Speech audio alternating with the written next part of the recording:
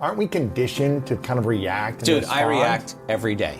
I react every day, but the fundamental question is, it's not about the money, it's not about the sex, it's not about the weight, it's not about the diet. This is something else. If you want love in your life, in your future, then you better take care of... I think you gotta have a dream. The School of Greatness. Really?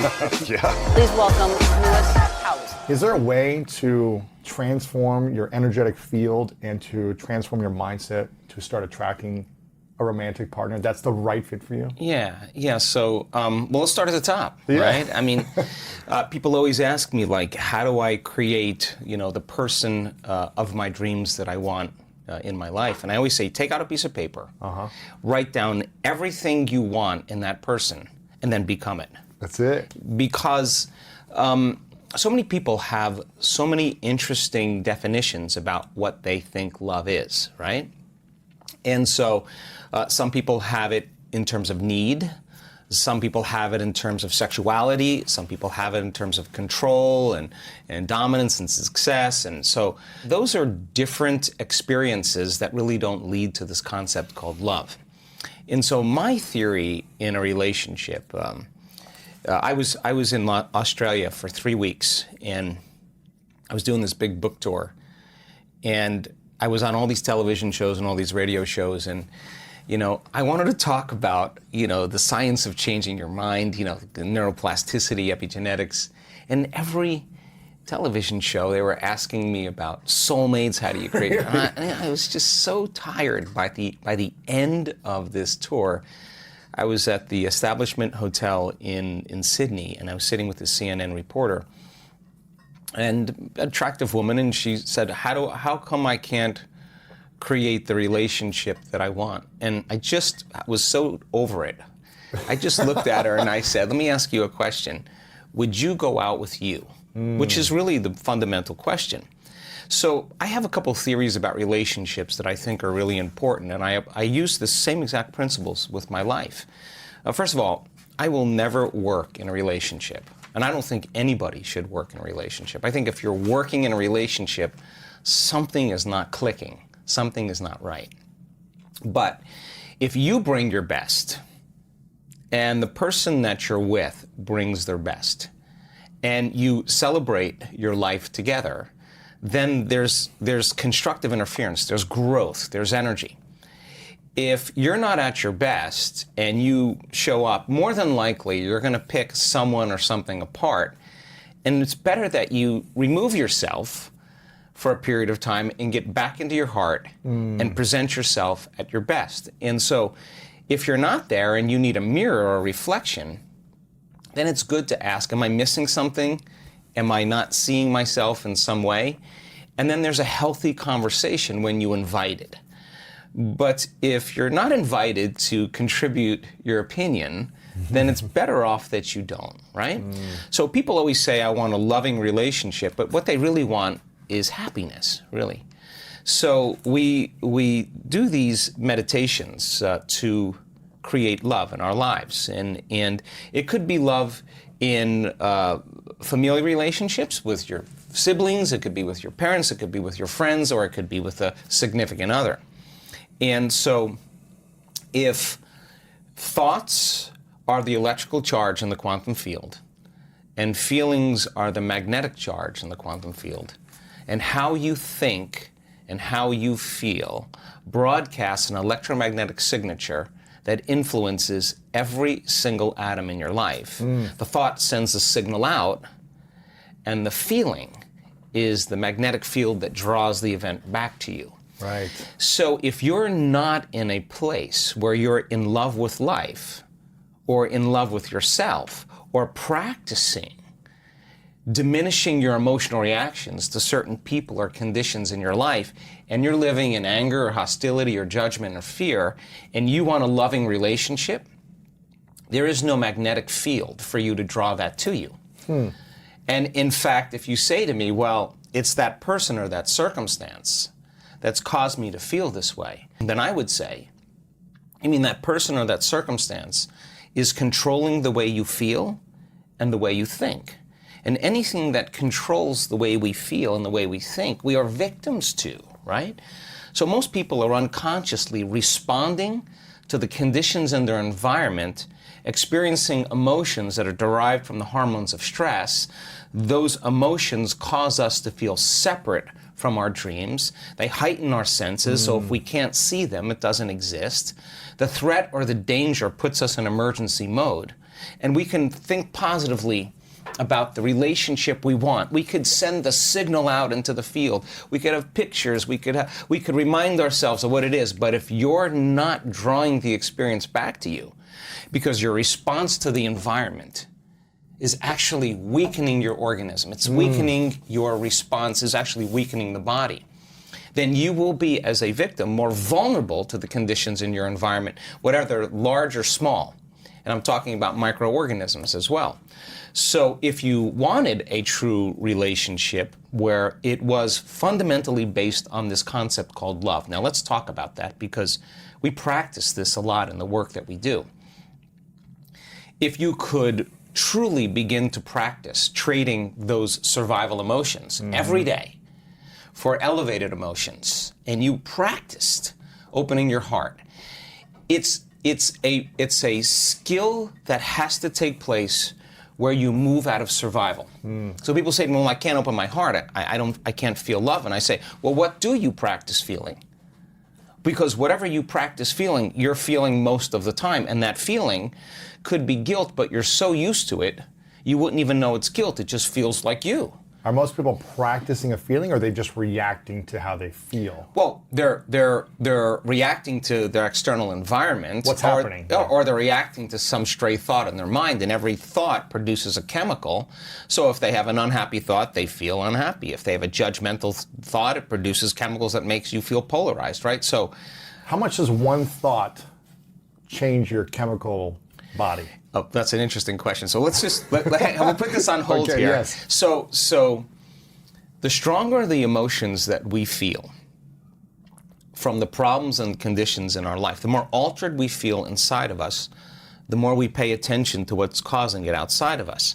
So if you have an event in your life, an experience in your life that has a strong emotional charge to it, and you don't feel like your normal self, you feel this alarm system switch on. You're going to narrow your focus on the cause, and the brain's going to take a snapshot, and that's called a long-term memory, right? So then what people don't know is that every time they think about that event, they're producing the same chemistry in their brain and body as if the event was occurring.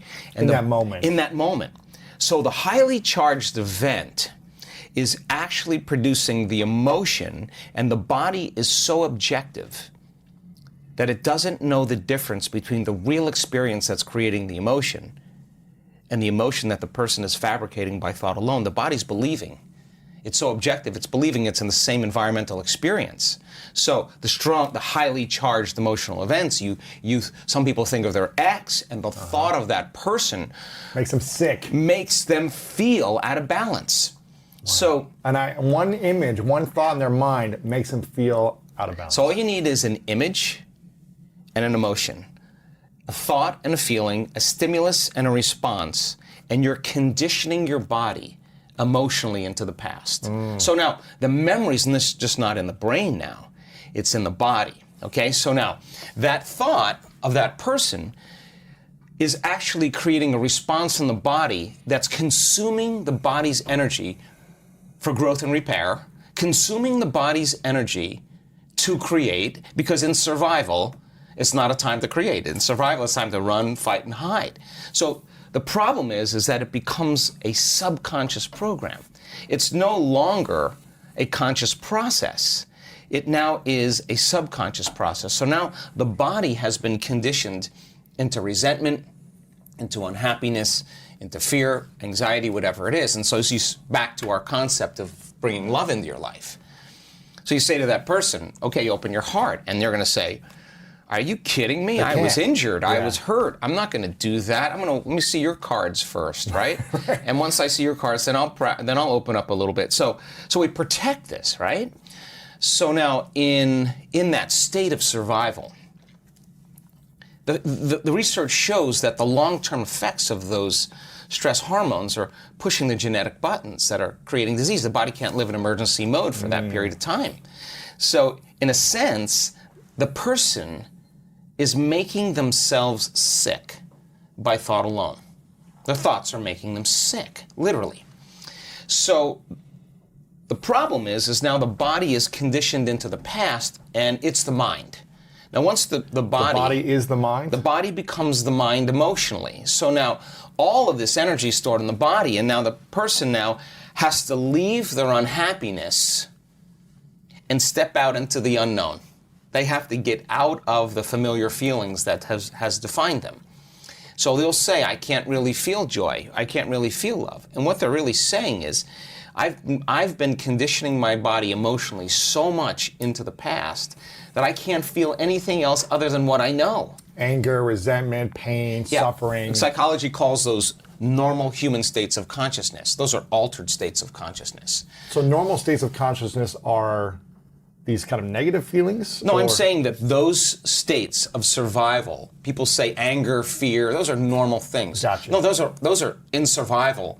Those are altered states. The survival chemicals are actually knocking your brain and body out of balance. You're out of balance in that moment. Mm-hmm. And if you keep doing that, the imbalance is now the new balance. And now you're altered emotionally. So back to the concept of love. Mm-hmm.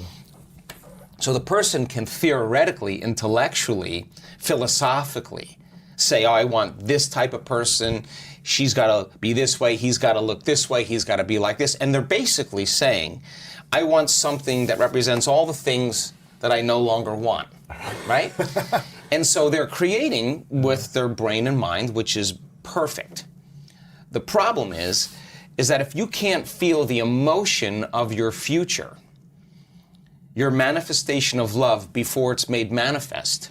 Like people say, well, when my relationship happens, when I find Mr. Right, then I'm going to feel love. Like waiting for the outer environment to change, to take away this feeling of anger, resentment, emptiness. But they forgot that they create reality. In other words, when it finally appears that I'm going to feel love, that's cause and effect. We're waiting for something to happen. If you're feeling the lack and the emptiness, then you're keeping your relationship at arm's length because you don't have the magnetic field to draw to you.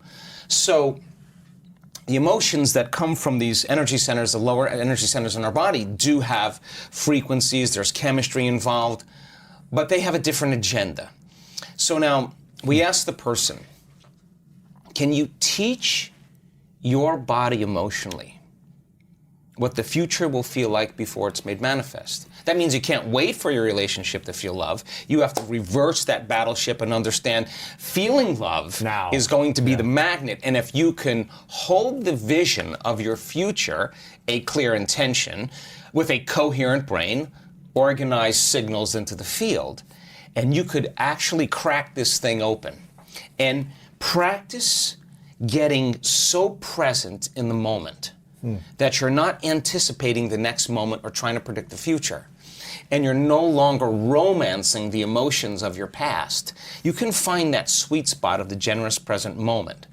The familiar past is the known emotionally. The predictable future is the habituation of autopilot, being unconscious, and programs. Those are both knowns. There's only one place where the unknown exists. That's the present moment. So if you could work with your body to the point that it trusts you enough to feel so safe that you have conquered it in a certain way that it could actually relax into the present moment, and it's not worried about what's going to happen next or what's going on around you, or that you need to eat, you need to pee, you need to move. You got beyond all your drives, and you're ready to create. That moment where you're present, if you could begin to work with your heart and start to breathe and start to practice feeling love. In the beginning, it would feel foolish, or gratitude. Why would I feel love if it hasn't happened? Well, that's because you've been hypnotized into waiting for your world to change to feel the emotion from the experience. Wow. But according to the quantum model, your emotion ahead of the experience, when you combine that clear intention with the elevated emotion, and you feel love, your body's so objective that it's actually believing it's living in that future in the present moment. And your body now is beginning to change. You are beginning to change your biology to reflect what you're about to experience in your future. So the stronger the love you feel, the more altered you feel inside of you, the more you're going to pay attention to that picture in your mind. Stimulus, response, memory, emotion, thought, and feeling. But now you're remembering your future instead of remembering your past. And biologically, it's actually the same. Remembering your future as opposed to remembering your past? Right. It's the same thing biologically. The body experiences the same way by thinking and imagining something that hasn't happened yet, but it will happen. Okay, well, and imagining something vividly from the past that happened. Sometimes our brains trick ourselves in thinking it happened a different way, doesn't it? Yeah, but that's incidental. It's none of your business how it happened. In fact, it's how to interpret it. Exactly. It's your perception, right? So then the stronger the emotion you feel from some outer experience in your life, the more altered you feel, the more the brain freezes the frame and takes a snapshot. Well, now you're freezing a frame in the outer environment. But if you're truly in the present moment and you know exactly what you want, and you begin to teach your body emotion, start practicing opening that heart, it's amazing what happens. The moment that heart begins to open, we've measured this so many times, Lewis, on a scan, on a real-time brain scan.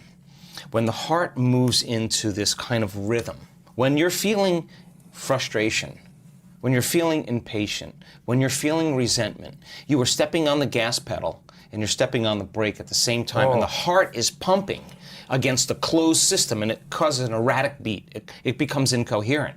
And energy literally leaves the heart. Now, you no longer believe in your future. You can't put your heart into your future. You can't trust the outcome because there's no energy there. It's being used and consumed somewhere else, so energy is leaving the brain as well. But once energy starts to move into the heart, we've seen this so many times, and it starts to beat in this rhythm, like banging a drum or dropping a pebble in water, pebble after pebble. The heart begins to create a wave of energy right to the brain, like taking a big sheet and going like that, and then all of a sudden you see this wave, and the brain gets this rush of energy, and that change in brain wave patterns, that change, that wave is carrying information. And the person starts to get a very clear idea. They see their future very clearly. Now that energy is causing them to move into very coherent alpha brainwave patterns, which is the state of creation. This is when you no longer hear the voice in your head that's talking to you, that you listen to and believe is the truth. I'm not good enough. Yeah, whatever that is. That's called the the default mode. It suppresses the default mode network, and the next thing you know, you start seeing in pictures and images. You start dreaming. And that's the imagination. That's the creative state. So now you start naturally imagining the heart is the creative center. We got to put our heart into our future. It better be open and activated. So now when you start falling in love with your future, oxytocin is released in the brain and in the heart. Oxytocin signals nitric oxide. Nitric oxide signals another chemical called endothelial-derived relaxing factor. And just like when your sexual organs get filled with blood because you're aroused, the same thing happens here as it would happen somewhere else. And literally the arteries in the heart and lungs engorge. And now your heart feels full and it's thumping in order, and you're in the present moment. Now, once that happens, and it's beating in rhythm, the heart produces an external magnetic field up to 3 meters wide. Now, you're in survival, you're drawing from the field and turning it into chemistry. When you get energy in the heart, it's causing a change in the brain, and all of a sudden it's resetting the baseline for trauma, and now here you have a magnetic field. Now the heart is your magnet. It is the center of creation. And now that energy is frequency. And frequency carries information. And you can lay the thought of your new relationship on that energy because it's consistent with it. You cannot lay the thought of your new relationship in need. That's a different energy. What do you mean in need? Well, if you're feeling... I'm needing someone to love me, yeah, a of course, partner. that's a different frequency. That's a different energy. What happens when you're in a need state as opposed to an attraction state? Well, you're in lack. So now you're trying, you're grasping, you're controlling, you're forcing, you're trying to predict, you're overthinking, overanalyzing, and that's how people live their relationships. So then if you are going to prepare your brain and body for a new relationship, then you would have to become love completely every day. And that signal then that you're sending out into the field can carry the thought of your health, your wealth, your relationship, or whatever. But here's the cool part. When the heart is activated like that, and you feel so whole, so in love with life, so satisfied in the moment, so exuberant, that it's impossible to want. Now you're no longer in lack. Now you're so whole that you will magnetize wholeness in your life. The person who's the person that fits the mold energetically, that would be the same as you and yet complement you, so that the two can become one, right? And then, instead of in contrast, in union, you exchange information equal to that emotional state. In other words, people use each other to reaffirm their dependence on certain emotions. You have certain people you complain with about politics or whatever. They complain back about their lives, and you use each other to reaffirm, some type of belief or something. Belief right? Yeah. about life emotionally. You have emotional agreements on things. Well, that emotion is energy, and energy is frequency, and frequency carries information. So you share the same energy, you share the same information, but that's what people do in their lives. But now, in a true loving relationship, when you're truly in your heart, then the question is, what would love do in the relationship? And when your heart is open, it's no longer about you. Yeah. It's about how I feel so amazing with you. I feel even more amazing, but without you, I'm still whole. And so now I'm no longer in need or lack.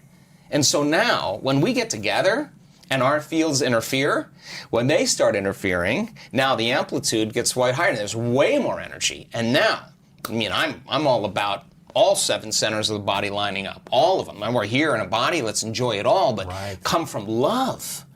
And so now your heart is so open that you can't do anything else but give. You feel so amazing. You're so happy with yourself, so happy with your life, so happy with what you have.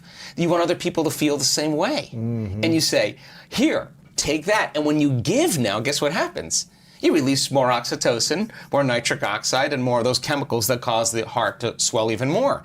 Then all of a sudden, your immune system gets stronger, and all of a sudden your body starts feeling better, you start having more energy, and now the constructive interference between two people that are coming together in wholeness and no longer dependence or lack or separation or need is a different game. So then what they do to protect, to nurture, to grow, to evolve that love is one of the most important things that they have. Not because they're doing it out of obligation or because they're married or whatever. It's just they can't not do it. And we see people, we had somebody stand the other day in our workshop in profoundly high amounts of gamma. She can do it on command. And there's an incredible arousal that takes place that goes along with these high brain frequencies that you can only describe as ecstasy or bliss. Now, you're getting that ecstasy and bliss not from anyone or anything out there. No drug, no person, no football game, no shopping spree is doing that. It's somehow inside. It's coming from within. Like, what is that connection that you have? And so one of the scientists said to this woman, how do you do that? You know what she said? I have difficulty not doing it. I can't not do it when I'm in a relationship. It's too when I'm doing this, it's too good. So now that could be a constant feeling in your life. So now, what, love? Independent of anyone or anything, it's coming from within you. Okay? So think about this. Whether you're in a relationship or single. Doesn't matter. You're whole. Your love is not wavering. It's constant, right? So now imagine having this feeling. And when oxytocin is released, what most people don't know is that it seeps into the amygdala. And there's certain survival emotions in the amygdala: fear and anxiety, aggression and anger, pain and suffering. And it literally shuts the lights out in those circuits in the amygdala. And there's only one thing left: love and joy, right? So now this person is suppressing the survival centers, resetting the baseline of the past, how they perceive the past. And now the research on oxytocin shows that when you have just a slight level of increase, and our research shows our students are way outside of normal, that it's impossible to hold a grudge. You know why? Because the feeling feels so good. Why would you judge another person, or why would you react to some condition and lose that feeling? You figure it out really fast. So this birth of unconditional love really says, I'm in love with myself, my connection to some divine intelligence within me. And because I'm so in love with life and with myself, I'm looking at life through the lens of love, which means I'm going to allow you to be whoever you want around me. I don't really, I'm no longer... I'm not a reaction. I'm not a reaction because I've overcome my fear, I've overcome my anger, and now I'm ready for love. And now that relationship that you have, if you find that equal, that's a needle in the haystack, because now it's a vibrational match. Right. And so as long as you're evolving, as long as I'm evolving, as long as we're sharing the same ideals, as long as we're working together, as long as we have our independence, and as long as we come together and we bring our best, and I say to you, how was your day? I mean, what did you learn? Or let's start our day. So how are you going to be today? Come on, let's just support each other. So what are the programs you're going to stay away from? Are you going to rush? You know, what did you do yesterday that you want to improve today? How can I support you? How can I love you in that? You want to text at noon? What do you need? And then, how am I going to be? Okay, tell me how you're going to vocalize it, articulate it, so that now I understand your intention and I can support. That's good. And so then, when the person can articulate it, what are they doing? They're rehearsing in their mind who they're going to be, and so now they're becoming conscious of that future.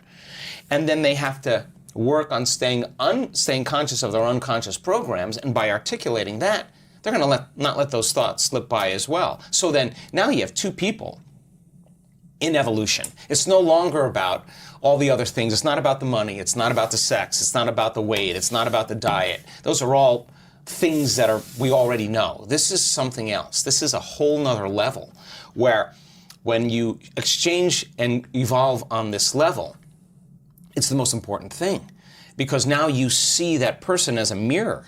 Oh my God, she did amazing. I'm in love with her. I admire her. Wow, she's got it going on. She executed today. She got her behaviors to match her intentions, and I want to celebrate her. Like wow, I'm in awe. That to me, you don't work on that. You work on you. Everybody works on themselves, and then they bring their best. And if they're not at their best, excuse yourself and get back to your best. And if you tell me it's that person or that circumstance, we went back to the unconscious program of being a victim. Nothing wrong with that. Nothing wrong with reacting. But the next question is, how long? I'm going to stay in this mode. Right. Or do you want help getting out? Right. Yeah, right? So I think that when you start feeling those elevated emotions and your energy is synchronized, right? And you got a Wi-Fi signal. Right. You got a signal. You're connected. You're 5G. You're connected. And you're connected. And what are you connected in? In this sense of wholeness, this sense of love, this sense of joy, this satisfaction with yourself and your life. And when I watch this, Louis. I mean, people come to our events for all kinds of reasons. Some people come for health. Some people come for wealth. Some people come for relationships. It's really funny, and they show up. Angry people. They're angry with themselves. When they're angry with themselves, they'll be impatient and angry with others. People who are unhappy with themselves will punish other people so that they can feel their unhappiness. Or is it to get their anger out, or is it why? No, because that's who they are. That's the emotion that's driving their behaviors. People who are in love with themselves will find love in others. People who are happy with themselves will find something that they can connect with. They won't see all the flaws. They'll see some part of them that they want to enjoy. I mean, so if you're in a relationship and you've scrubbed the cupboard and you've taken out all those skeletons and you've looked at them and you said, I don't want to bring this into my relationship. I don't want my insecurity to be there. I don't want my fear to be there. I don't want my judgment to be there. I don't want my emotions from other relationships to be there. So let me finish this. In other words, if you want love in your life, in your future, then you better take care of your frustration, because you can't bring that there. You got to leave it. So then you may say to me, well, it's because that person and this emotion from 15 years ago, my ex, makes me feel frustrated. Well, let me tell you something. The only reason that you're thinking about your ex is because you're still in frustration. You overcome frustration. You'll look back at your ex and you'll be like, I wish them well. Yeah. I'm not connected to my past any longer. So cleaning the cupboards and getting down to those thoughts that slip by people's awareness all the time, their behaviors, how they complain, they make excuses, they say it'll never happen. What do? And the emotions that keep them connected to their past, they won't even see that person. They'll walk right past their future relationship. They'll never recognize that person because they're looking at their future through the neurology and the chemistry of their past. Wow. And the brain only learns we only see reality based on pattern recognition. I memorize your face, now I know Lewis. And if the pattern matches, I know. But if you're creating a future, and you're not clear on that future, and you want all these things, but you haven't addressed all those circuits and behaviors and emotions and chemicals of the past, you won't recognize the pattern. You'll walk right past the relationship. You'll never see it. So I think that there's the preparation for the relationship, the overcoming, and overcoming and overcoming and overcoming and overcoming and becoming. Ooh. All of a sudden now says, I am worthy. And the universe only gives us what we think we're worthy of receiving. So when you're worthy to receive, it's not going to be on Match.com when you're looking at body parts and whatever else. This is going to be like ka-ching. An like, energy like, connection. wow. Yeah. Like that came out of nowhere because when you're in survival, and you're in separation, and you're in lack, and you're forcing and controlling and trying to predict outcomes, you're matter trying to change matter. And of course, it's going to take time for this to happen because you're creating a three-dimensional reality, and everything in three-dimensional reality takes time. But when you're creating from the heart, with a coherent brain and a coherent heart, and you got that 5G Wi-Fi signal, it's not like you go anywhere now. The experiences are coming to, you're drawing the event to you. So we spend a lot of time bonding with our future emotionally. I have colleagues of mine who look at our data on oxytocin and they're like, listen, oxytocin levels go up during, in a relationship, the honeymoon stage of a relationship, and monogamy is created because of those chemicals, or a female mammal is bonding with her offspring. That's exactly right. I want our people, our students, to bond and fall in love with their future just like they do with somebody else. And when you're bonded to your future, no person, no circumstance, no thing is going to remove you from it. So then, if you fall from grace during the day, then the next question is, what person, what circumstance caused me to disconnect from my love in the future? And let me rehearse in my mind, if I have that same circumstance, how I'm going to overcome it. And now you're worthy of love. It's no longer the person or the event. It's just you're doing what it takes to stay in the emotion of your future. Your body is aligned emotionally to that future. So great doing it with a meditation. That's easy. But now the real game is open your eyes. Open your eyes. It's happening. Open your eyes and be in the initiation of life and stay in that place and just know that your future is going to happen. So being able to activate the heart and breathe in there and get the body out of survival and start working with it like it feels safe enough to create. Once energy makes it here, you're going to get some really good ideas. Yeah. You're going to see things you never thought of seeing. You're going to feel things you never thought you'd feel. And the images that you're creating, what are they doing? The thoughts that you're creating, they're making more of those chemicals. And now you're feeling more of the feeling of your future before it happens. You're giving your body a sampling. A taste of the future before it's happened. Keep doing that enough times, and that feeling is going to become very familiar to you. There's a lot I want to unpack there. There's a great image. So you asked, I'm sorry. Yeah. I want to keep on this topic for a while. There's a great image on page 123 of your book, Becoming Supernatural, and we'll put this in the YouTube video. We'll put it side by side here somewhere when we're editing this up. But you have this image here, which is the body versus as energy and the body as matter. And what happens when you're in an energetic field, when you're a magnet of the energy versus when you're, I guess, reacting in a place of fear, anxiety, and stress. Yeah. Is that what this is saying? Let me see if I can say this another way. There was a researcher out of Yale University that in the 1940s that was studying electromagnetic fields around living organisms. And in the 1940s at Yale University, nobody was doing this. And he was a vitalist. He wanted to understand the unseen fields around living organisms. So he started studying eggs, all kinds of eggs. Chicken eggs, swallow eggs, reptile eggs, snake eggs, salamander eggs. There's all kinds of eggs. And he was using a magnetometer, and what he found was 100% of the time, no matter what egg he measured, the positive charge was always at the head, and the negative charge was always at the tail. Well, if you have positive charge on one end and negative charge on the other end, you got an external electromagnetic field called the magnetic field. That's a magnet, right? What happens with human beings is every thought has a frequency. Every thought produces a chemical. So if you keep obsessing about your lack of finances, your lack of time, your lack of energy, lack, and those thoughts. I don't have this. I don't need know. this. What are the chemicals you're feeding your body? You're taking thought. It's producing a frequency, and that frequency, in the form of chemistry, is storing that thought emotionally right in your second center. You feel guilty, you feel unhappy. The moment you feel unhappy, then you generate more thoughts equal to that feeling, which makes more chemicals, and you keep taking energy from the brain and storing it in the body. If you react to people in your life and you feel anger, frustration, whether it's traffic, the news, whatever it is, parents, whatever, you're drawing from this field, this electromagnetic field, you're tapping that resource and you're making chemistry out of it, and the field shrinks. So now, by doing that and living in survival, the body no longer is a magnet.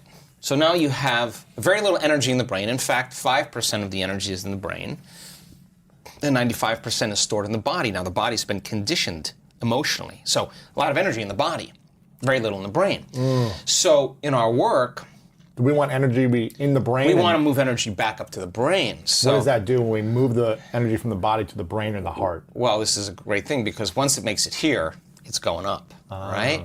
So we do these different meditations and these different techniques to draw that energy right up to the top of the head. Now, when this energy shakes loose and it starts to move, the sympathetic nervous system switches on. And instead of releasing energy out like you're being chased by a predator or you're having an orgasm, that same energy is going up into the brain, and the brain switches on and it goes into these very high frequencies called gamma brainwave patterns. Now the person has an arousal, but the arousal isn't fear. Not an orgasm. Well, in the brain.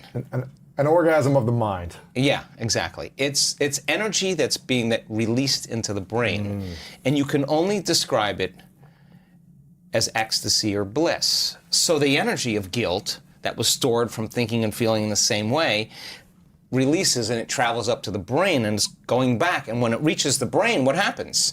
You get more energy in the brain and it begins to produce that external field. So you're beginning to create a field around your body. You can imagine the future as opposed to staying in something from the past. Well, once the energy is moved, you're going to feel pretty blessed in that moment. In fact, so we can transfer guilt, shame, insecurities into bliss. Oh my God.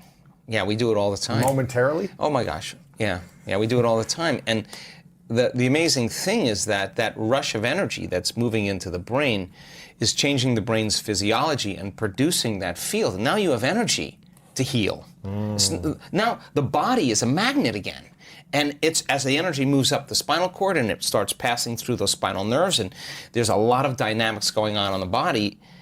That energy that was once stored in that one of those energy centers that's released is energy to heal, energy to create a new future. You're replenishing your field, and now the body becomes more of a magnet instead of an inert piece of metal with no charge, right? So the person then who's reacting to whatever person or circumstance in their life, the stronger the emotion that they feel towards politics, towards the traffic, towards their girlfriend, social towards their media, ex, whatever, the more they're paying attention to it. But where you place your attention is where you place your energy.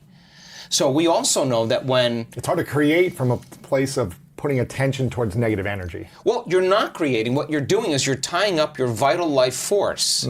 You're giving your power away to that person or that circumstance that you could be using to create a new life with. So when a person's sitting in their meditation, and I love doing this. We just had an event in Marco Island. I'm going to take people further than where they normally go. I know they're going to go, oh, well, I'm done with my meditation. No, you're not done. We're going to take you to that point where that feeling is so in your face and you can't turn on your cell phone. You can't get up and walk away because 1,000 people are not getting up and walking away and you're part of the community. You're sitting in the fire. And you have one of two choices. You can let that brain run on programs and hardwired patterns, and the arousal will drive your brain further out of balance, or you'll practice the formula. And as you lower the volume to that emotion, you're going to take your attention off that person or problem. Guess what? Here comes energy back to you. You're taking your power back. And now you're building your field that way. And when that happens, energy starts to move up into the heart. Once it makes it to the heart, it's going to the brain. So we start seeing people, their hearts naturally open up. And all the things they thought they wanted when they came to the event, they no longer want because they feel like they have it. They don't need it anymore. Because they feel like they got the feeling before the experience, so that they feel so whole that they no longer want. And they're not looking for their future anymore. You only look for it when you feel lack. When your body's conditioned emotionally into the future, why would you look for it when it feels like it's already happened? Now, this is where it gets weird, because now things start coming to you, and you're no longer in need. And when it comes to you, go, oh, here. Take it. I don't want it. I just wanted to know that I could create it. And people create a lot of wealth in our events. Yeah. And the first thing a lot of people do is they say, I'm buying a cruise for you. I'm buying you your car. Oh, Mom, I'm getting you that house. Why do they do that? Because they're so excited.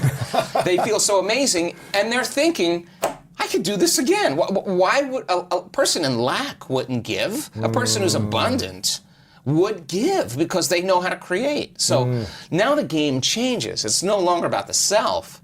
You're doing it because that you know that you can create it. So then maintaining that state, when you're in love. Yes. When you're in love. In love. In it, in your body. You are in love. Not in another relationship. No, you're not looking for it. You're in it. not looking for it. You would be in lack. When you're in love, there's nothing to do. You're in love. You're the magnet. You are it. And so you are love. Yeah. So the events that come into your life would not only be just a reflection of a relationship with someone that you wanted to be intimate with. You would have meaningful, loving relationships that would enhance that feeling. And when it didn't, you would say, "Ooh, you know what? I don't know. I don't know if this is right for me." You would trust that because you worked really hard to nurture this, to protect it, to grow it, to trust it again, to open up, right? It takes a lot to do this. But we see men in our work. I was on them this week. I never let up on those guys. Big, macho guys. You want to know what courage is? Let's go. Let's open that heart. And when they start cracking open, I mean, we see people heal from colon cancer and from angina and all, just boom, there it is, there it's not. That's what's been stored all down here. Once they open this up and it moves, the body is transforming in that moment. It's the system is informing itself. Information is being restored back into the body. So when you get to that point where when you're in lack and separation, time gets really crazy because you want stuff to happen faster and it feels like it's taking forever. That's because you're in separation. When you're in love and you're in connected, you don't want the moment to end. I mean, I had 3 guys over for dinner last night, all these academics. I cooked a meal and a half for these guys, took out great wine. Why? I wanted them to be so caught up in the moment that they forgot. We made a new memory. We had a great experience. And life then is about experiencing it in love. Like, I'm not going to be guilty of what I'm eating or judge what I'm eating if I've cooked a great meal. Let's eat. Because the guilt is worse than whatever it is you think is bad for you. So then, when you're feeling those elevated emotions, and you're locked in love, then you see life through the lens of love, and there's compassion. Like, you could look at your greatest adversary, the person that threw you under the bus, and you've overcome yourself and you've done the work. They've stolen from you. They've tried to talk bad about you behind your back. Trashing on you, all that stuff. You'll look at them and you'll see a part of yourself that you used to be that you no longer are, and you have nothing but understanding and compassion for Wow. like, wow, I feel for that person. They're hurting. They're struggling. I used to be like that, but you're no longer that. When you're that, then they push your buttons. When you're not, You're reactive to that. because you're equal, but when you've overcome it, why would you do that? You would see them as somebody struggling, just like you see a child who's throwing a tantrum, just like, oh, they're going to Now here, I mean, I've got so many questions around this, but one thing quickly, how often do you find yourself in reaction mode when someone throws you under the bus, whether it's someone honking at you in a car and you say, how often do you get back to that place? And like, because aren't we conditioned to kind of react? And Dude, respond? I react every day. So I you react. do? Oh my God, I react every day. But the fundamental question is, how long are you Right, going to react? right. So shortening the refractory period of your emotional reactions is that kind of intelligence where we're keeping ourselves out of the past, justified, valid or not. The only person that's affecting is you. And then you have to ask yourself, is it loving to me? Well, if you can't control that emotional reaction, then you're a junkie. And you're on a bad trip. And you're overdosing. But if you know that you're overdosing, you got to get beyond your rational mind, because you'll say, why are you this way? Oh, because I should. All right? And by you doing that, is it making more of those chemicals? Yeah. Why were you doing that? To make you feel more like it's justified. So then, this takes... Listen, I excuse myself many times in one day. Because I'm in reaction mode, let me step aside. Are you, I'll be like, are you kidding me? What did they do? And then I'll be like, oh, we're not going to make a decision in this state. So give me a minute. Oh, wow. I go, take a few breaths, get out of that state, remember my future, where I'm going. It's so much more important than the present moment. I just got to condition my body into that future. And now it takes sometimes a Herculean effort, I have to tell you. You can ask my staff. I'll be in there 15, 20, 30 minutes. Sometimes I'll say it took me an hour.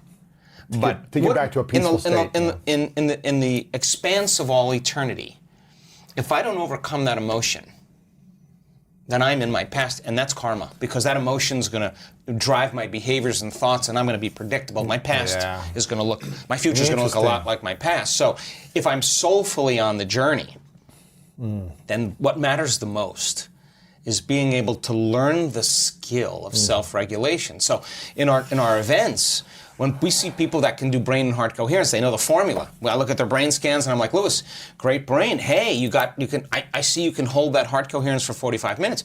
Great. Now let's put you on a pole at 55 feet in the air. Let's get a heart rate monitor on you and let's see what you're going to do up there. Do you want to be able to self-regulate there? Because if you can there, it's not like I'm trying to give you an adrenaline rush. Actually, I'm trying to do the opposite.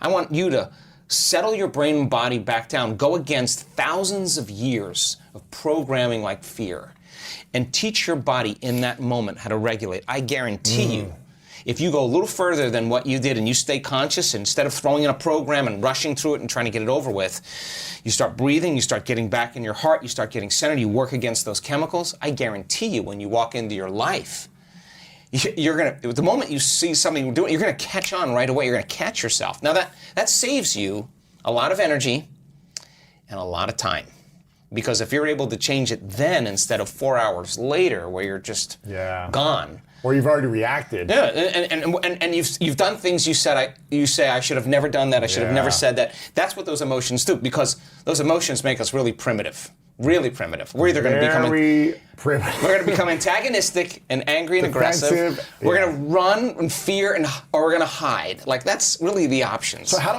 let's talk about a practical scenario where someone's in a relationship 5, 10, 20 years, married or not married, and both parties have a pattern of defensiveness, of passive aggressiveness, of reacting when they don't like something.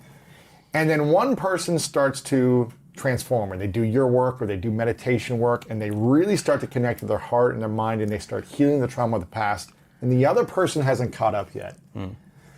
How does someone either inspire the other person to come on this train with them and elevate their thoughts? Or if they are unwilling to, is there a way to be in a happy relationship if your partner is still in reaction mode more than you? Wow. Again, speaking from my present state of ignorance, because I'm on a journey also, I will tell you this, that one of the things that happens when people start to come across information and knowledge that's really valuable, and they want to share it with the person next to them or share it with their lover or whatever. But if they're in a relationship for 15 years and they have a lot of emotional agreements with people and things, and they're in a lot of habits, we only accept, believe, and surrender to information that's equal to our emotional state. So sometimes it bounces off the person, and if the person's really enthusiastic, then they're really like, whoa, what is up with you're changing in front of me? I don't like you this way. We had a thing going here. We could pick apart anybody or anything. Now you're not showing up equal to my memory. You're unpredictable. You're in the unknown. I don't you're know unsafe. The unknown is unsafe, right? So a lot of times the enthusiasm is the first thing that starts creating disconnection. But if the person goes, that's amazing, that's really cool, say it again, like they're ready to hear the information, those people are going to evolve together, right? If the person just kind of looks and says, oh my God, my wife's on the Kool-Aid or whatever it is, this person is, they changed their medication, I don't know what's happening with them, then that person that is trying to explain it philosophically is just looking for someone to exchange information with. That person may not be the person. He may just like Sunday football games and Monday Night Football and hanging out and drinking beer, and they fell in love when they were the same, right?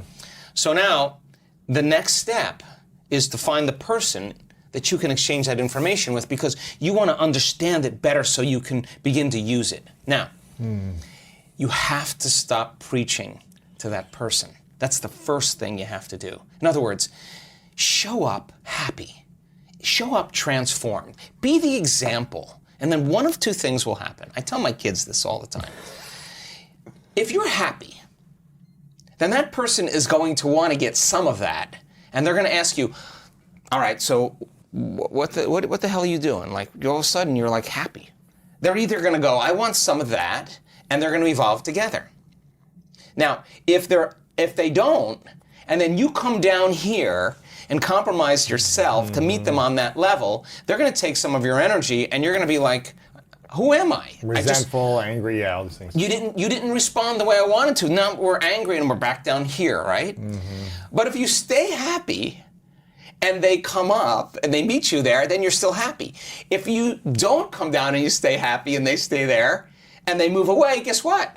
You stay happy. You're still happy. Yeah. So then people in relationships will compromise themselves out of obligation, out of necessity, out of obedience, out of programs, and at the end of the relationship, they don't even remember who they are because they compromised so many aspects of themselves. That's why you hear in a lot of people when they go through a breakup, they're like, oh, I lost myself in this relationship, because and now I'm refining myself. They were changing in a way that kept the relationship safe. Why do so many relationships do this in general? Because nobody wants to tell the truth. If you sat down and said, let's get vulnerable.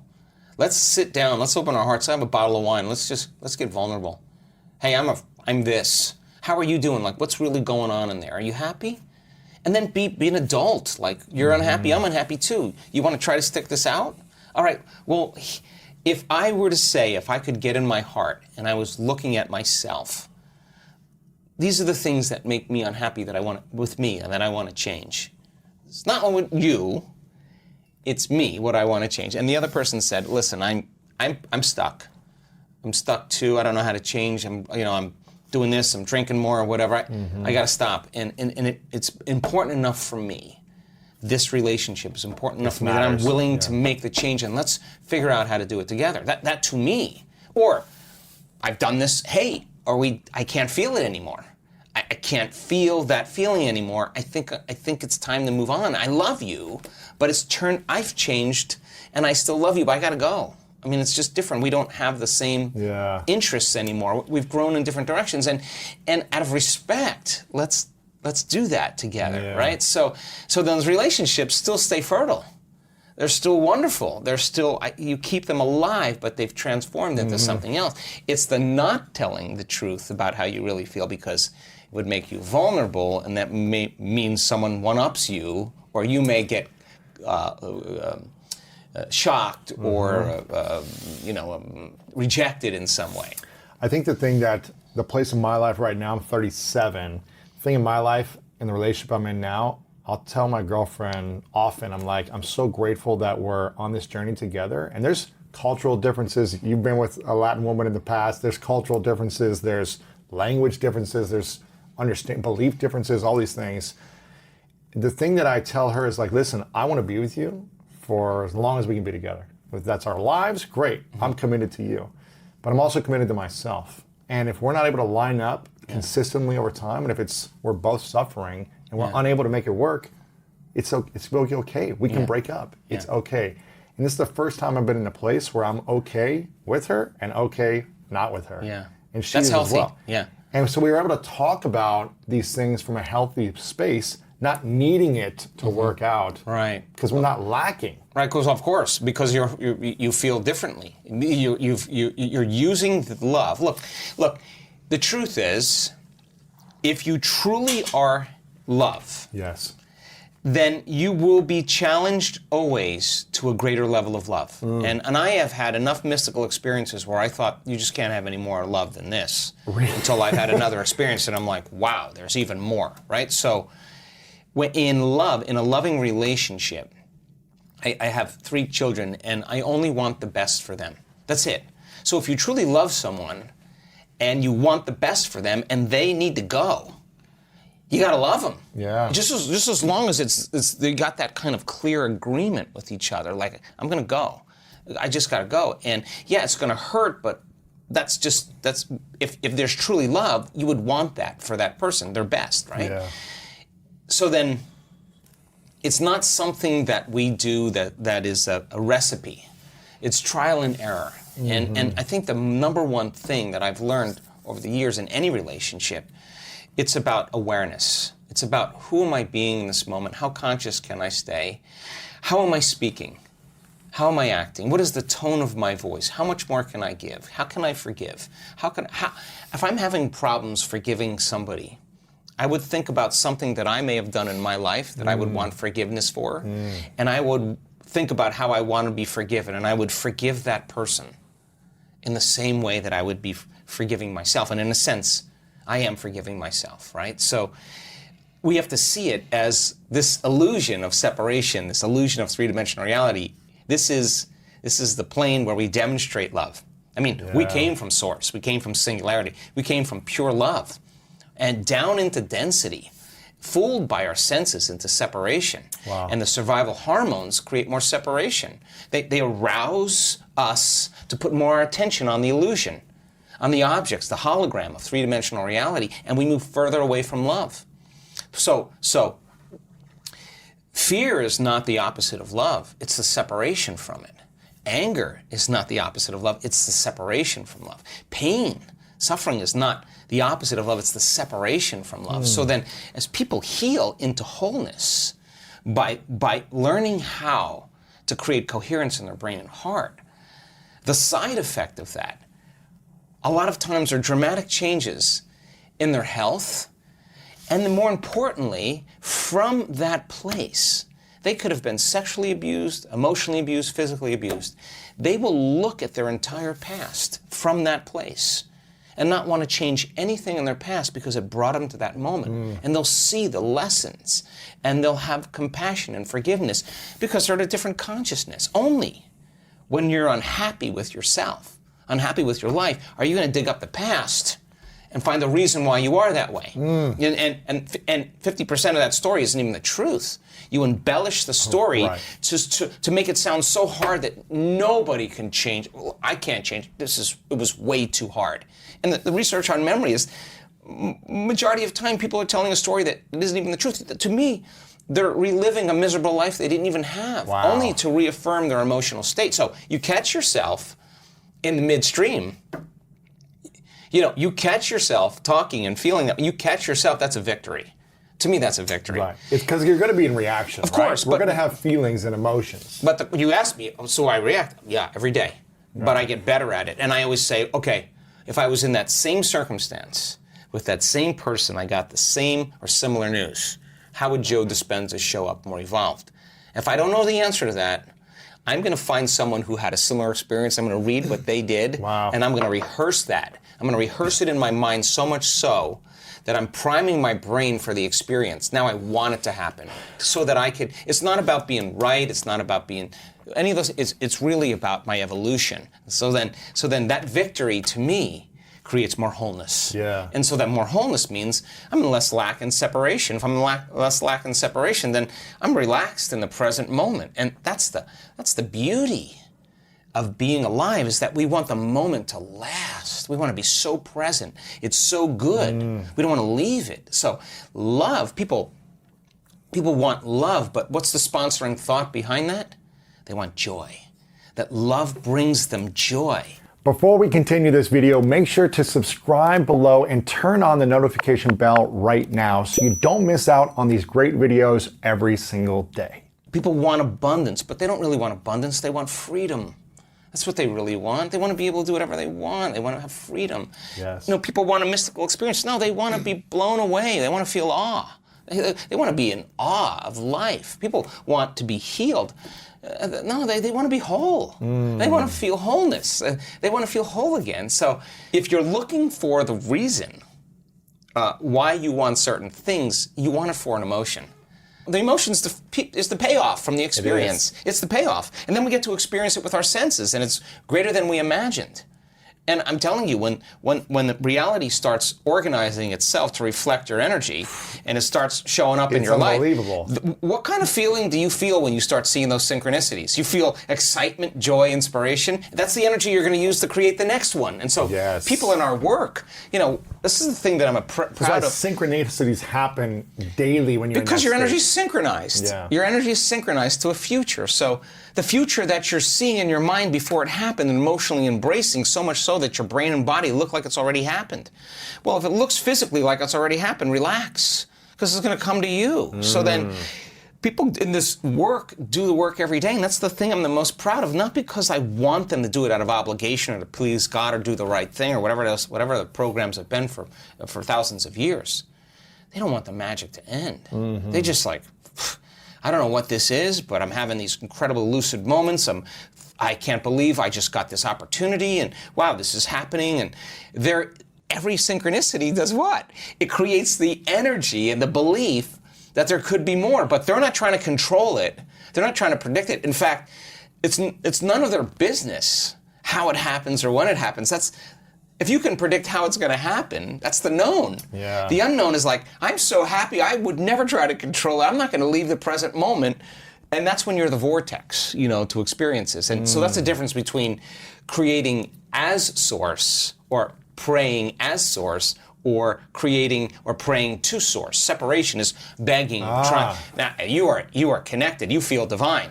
You feel you are the source.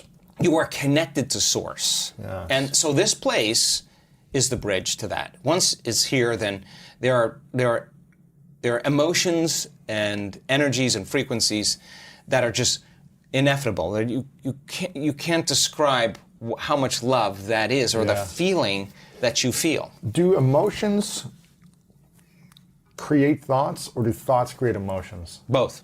So think about this. Some people wake up in the morning. Your brain is a record of the past. Yeah. The first thing they do is they think about their problems. Those problems are memories that are etched in the brain that are connected to certain people, certain objects, certain things at a certain time and place. The moment they wake up in the morning and they think about their problems, they're thinking in the past. If you believe that your thoughts have something to do with your destiny, well, you're already in your past. Every one of those problems, since we've experienced it, has an emotion associated with it. So then all of a sudden, they start feeling unhappy.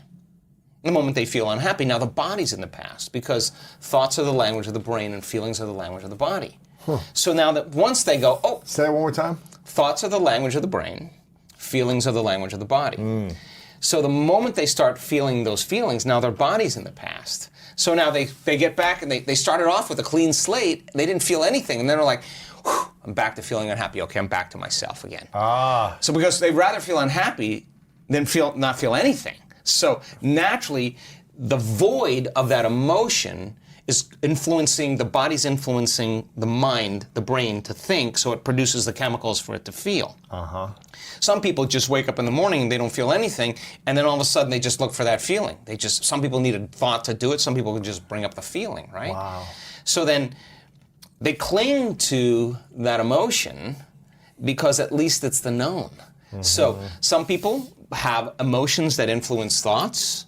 Some people are more analytical. They have thoughts that influence feelings. But it's a loop, right? It's that cycle of thinking and feeling. What's the formula to get out of that quickly? You keep mentioning the formula, like there's a formula. If that's happening, and I know we've had thousands of people that go through your books and your audio meditations. I think you have some new ones coming out here soon, and they've been to your workshops, which I think, go to the workshop because it's going to be a game changer. I can't wait till I can go, but I keep inviting you. Guess I what? know, it's you gonna can't happen. come anymore. You're not allowed to come. I'm coming. No, you can't come now. Thought maybe this will get them to come. Exactly. Now I'm there. What is a formula, like a 1 to 2 minute formula, when someone notices, oh, I'm feeling something, and then my thoughts are supporting that feeling, and I'm just staying in this loop? What's the 1 or 2 minute formula that they could just implement in the morning, at night, whenever, to help them? Well, I'm going to give you 2 examples, okay? Because there's not just one way to do this. Of course. So, if you're truly in the business of change or creating your life, that's a big responsibility, right? I mean, like we ran our event. I said to the audience, okay, nobody forced you to come here, right? You came here on your own. You took the risk in coming here. By coming here, you also agree that you create your reality, that you're responsible for yourself and your life. So if something happens to you, you can't blame anybody because of that. It's your responsibility to take care of you, right? So then the fundamental question is, and I ask myself this all the time, at what point do I stop believing that I create my life? At what point? When things go bad, then all of a sudden I didn't create that. That person is doing it to me, right? So if we can wire that in our brains, right? That our reaction and response to an environmental condition is causing us to go back to the past. That's what the emotion is. The familiar emotion is the past. And I'm on the journey and I catch myself doing that. If I'm truly in the practice every day, and I can cultivate a feeling, not on the spot then, that you're not prepared.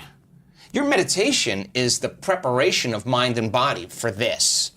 So I don't get up from my meditation until I'm in love with life. I don't create anything that's going to be unlimited until I feel unlimited. And I'm in that space. And if I'm practicing feeling unlimited every day, I'm connecting to the emotions of my future, I'm out of the bleachers and I'm on the field.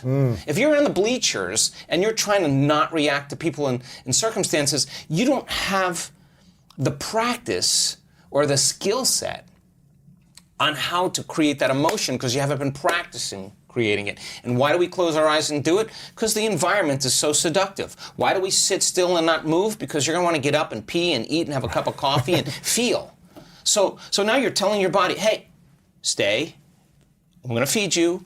Yeah, you're going to take a shower. You're going to get coffee. You can play with your cell phone. Right. You can text. You can talk trash. You can do anything you want. But right now, you're not the mind. I'm the mind. And you're going to sit and stay till I'm done. And when I condition you to the emotions of the future, and I get a very clear image of who I'm going to be this day, and I'm not going to get up until I feel that way, I guarantee you're going to come up against all those unconscious thoughts. They're going to come up right there. I want them to see it. I want them to become so familiar with it, so conscious. If they wouldn't go unconscious, they wouldn't let that thought I can't ever slip by their awareness unchecked. They've done the work in the beginning of the day. They suppress those circuits in the brain, and nerve cells that no longer fire together no longer wire together. You're breaking down the old personality. And so you say, your body wants to get up, I got to pee, I want to have a couple, I want to check, and you watch your body want to get up, and you go, hey, stop. Get over here. You get back into this present moment. And every time you do that, it's a victory. You're executing a will that's greater than an unconscious program. And most people lose their free will to a program because they do the same thing today as they did yesterday. Their body's on autopilot, and it's dragging them into the same future habitually based on what they did in the past. So now you're sitting there, and it's just a little uncomfortable, and you want to quit, and your body, and you go, no. And you get over here and you bring it back. Now, some people say, I can't meditate, but really, they're actually doing it right. That's a victory, too. Yeah. And then you do that, and you start watching how you're training your body back into the present moment.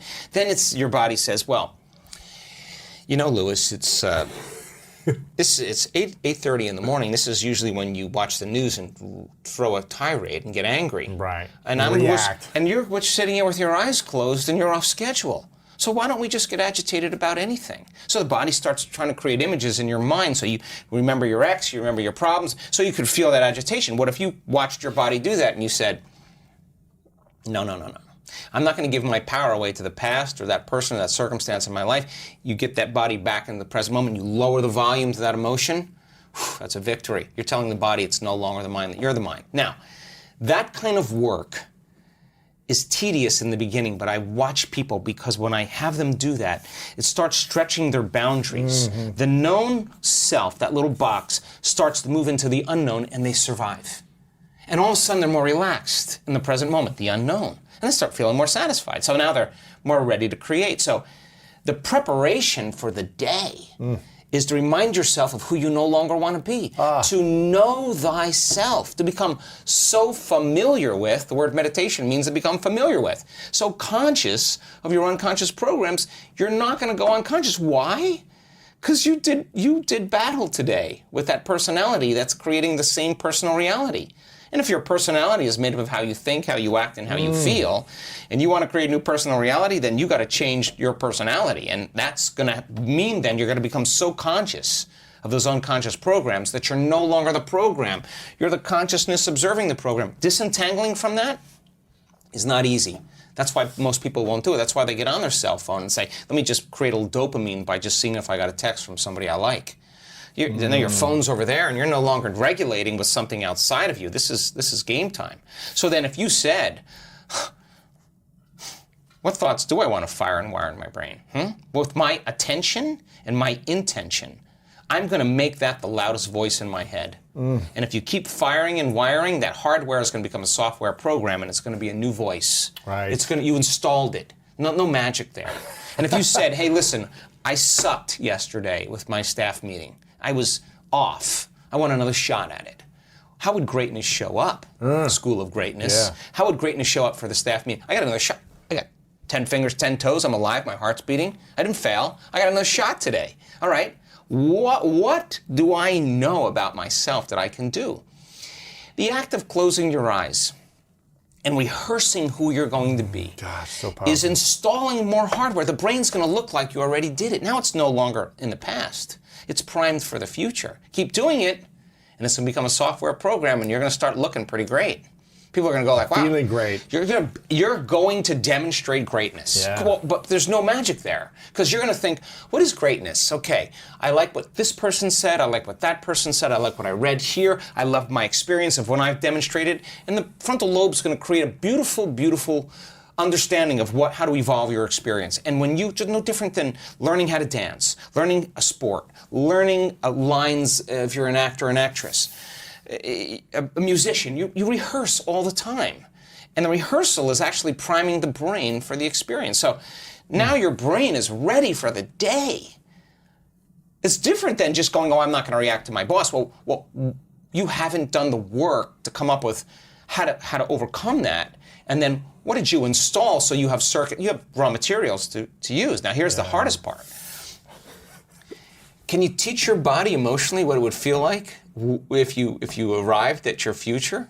And can you say, I'm not going to get up until I feel that way? Now this is good work here, because you'll have to come up with that emotion and get beyond the shame, the guilt, the unworthiness, the pain, the suffering. And this is battle. This is battle, because your brain is going to keep going to something that's going to want to make you feel that way. Then the analytical mind is going to say, you can't do this, it's too hard, why don't you quit? And that's where everybody stops. But right on the other side of that is love. Right on the other side of that is gratitude. Right on the other side of that is freedom, right? So then if the person's willing to go a little further and practice a way to do that, and they could get in touch with that emotion, and they can feel it. And when I feel it, I always say, and usually when it's really good, I say, remember this feeling, memorize this feeling, memorize it. I want to make a snapshot of that feeling. I want to know, I want to be able to bring this feeling up on command, so I'll let it go, and then I'll go back and say, let me see if I can do it again. Why am I trying to do it again? To remember. Remembering is creating the circuitry to be able to produce it again. It's going to become a skill. Now, I have something to walk into my condition in my life where I'm reacting. And now I have a plan. I've primed my brain and body to the future instead of the past. I've suppressed the past. Yeah. So now I'm closing my eyes, disconnecting from the environment, overcoming my body, not thinking about the predictable future, the familiar past and time. I'm in the present moment. I'm ready to create. Why? Because I want to present myself to the world as an evolved version of yesterday. Real quick, before you go to next, I hear a lot of therapists will mention we should not suppress emotions. I'm hearing you mention just there suppressing the past. No, I would never say suppress. I would say, at what point are you done feeling that emotion? Gotcha. You want to keep feeling feel it? Go. If you're not doing anything wrong, you're just taking too long. I mean, I'm not going to tell you to not feel an emotion. I feel emotions, but again, I'm just going to move through them. I'm a super passionate person. And if I'm going in, I'm going all in. I'm not going halfway.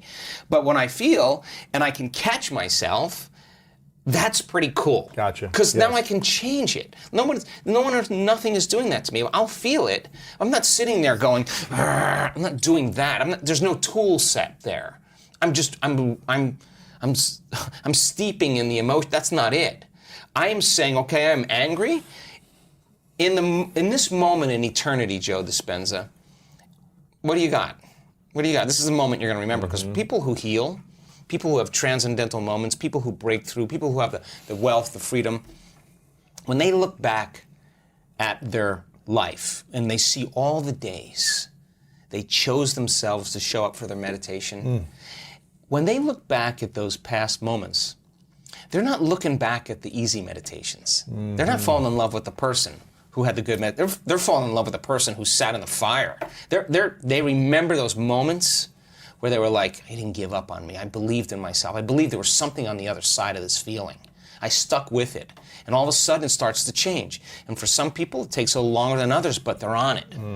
And so then when they look back at their past and they see all those times it was hard, and they went a little further, they're going to fall in love with that person. And now their future self, who's already transformed, is drawing their past self to them in love. That's how reality is. So our future self in the future, or in the there's moment? a future you that's already exists. You just got to get there. Right. And he's in love with you. And the only way you're going to get there is by you being in love with you. And being in love in the past. Yeah, but so then what is love then? So then people think they confuse love with pleasure.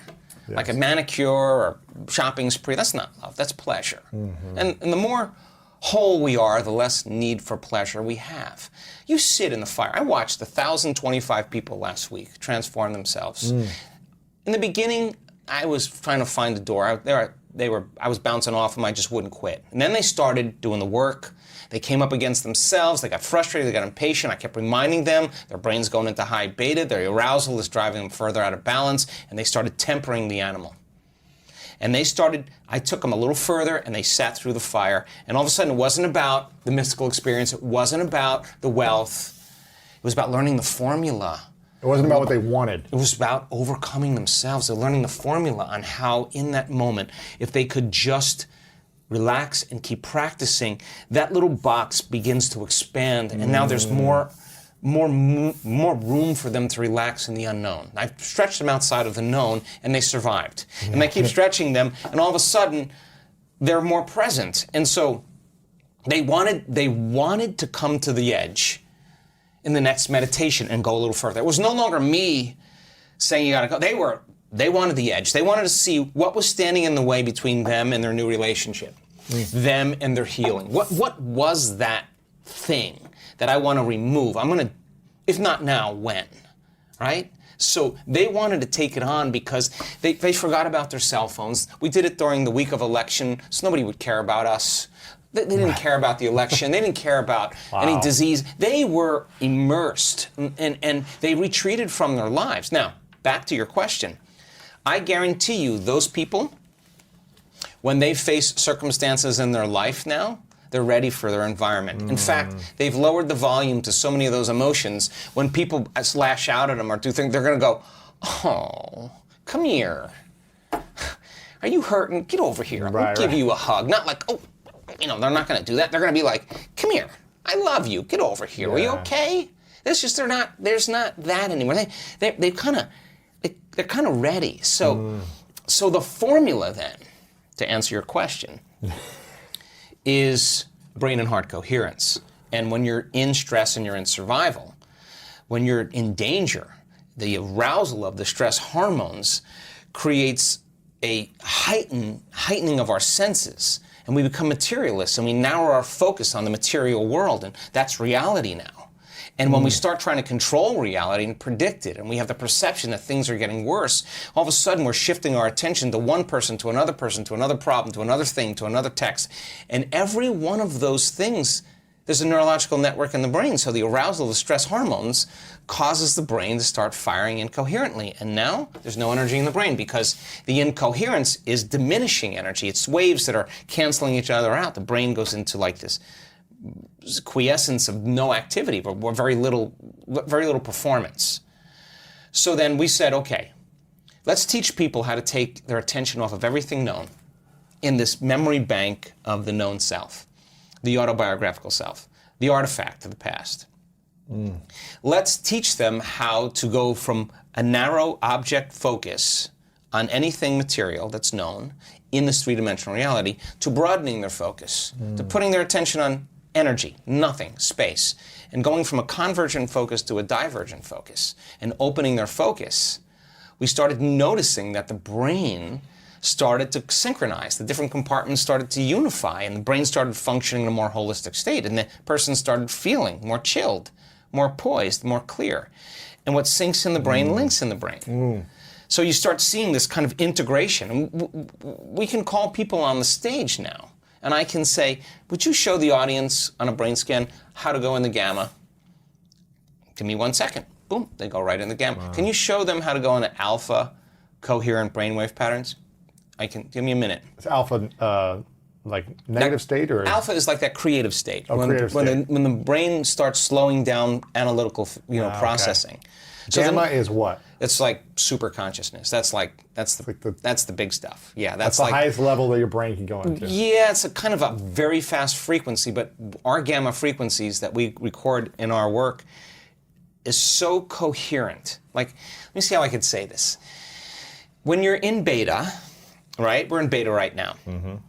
Your brain is busy integrating all this information. What I'm saying, what you're feeling, the temperature in the room, the lights, your back, everything else. Your brain's got to figure all this out. It's got to create meaning between what's going on out there and what's going on in here.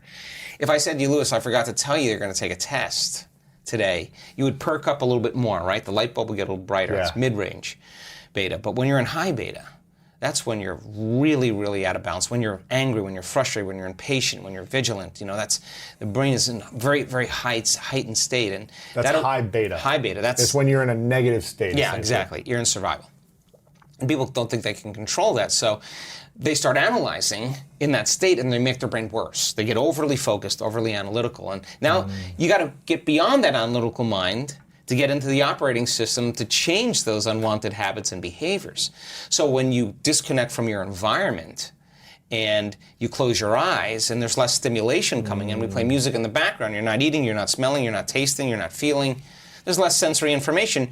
Naturally, this mechanism starts to slow down, and so there's less information, and you go into alpha, and you cross the analytical mind. And what separates the conscious mind from the subconscious mind is the analytical mind. So now, you're suppressing the analytical mind that's saying you can't, it's too hard, the voice goes away. And in alpha now, we're not looking for any kind of alpha, we're looking for coherent alpha. So as they open their focus and they sense space, the act of sensing and feeling causes them to stop thinking and analyzing.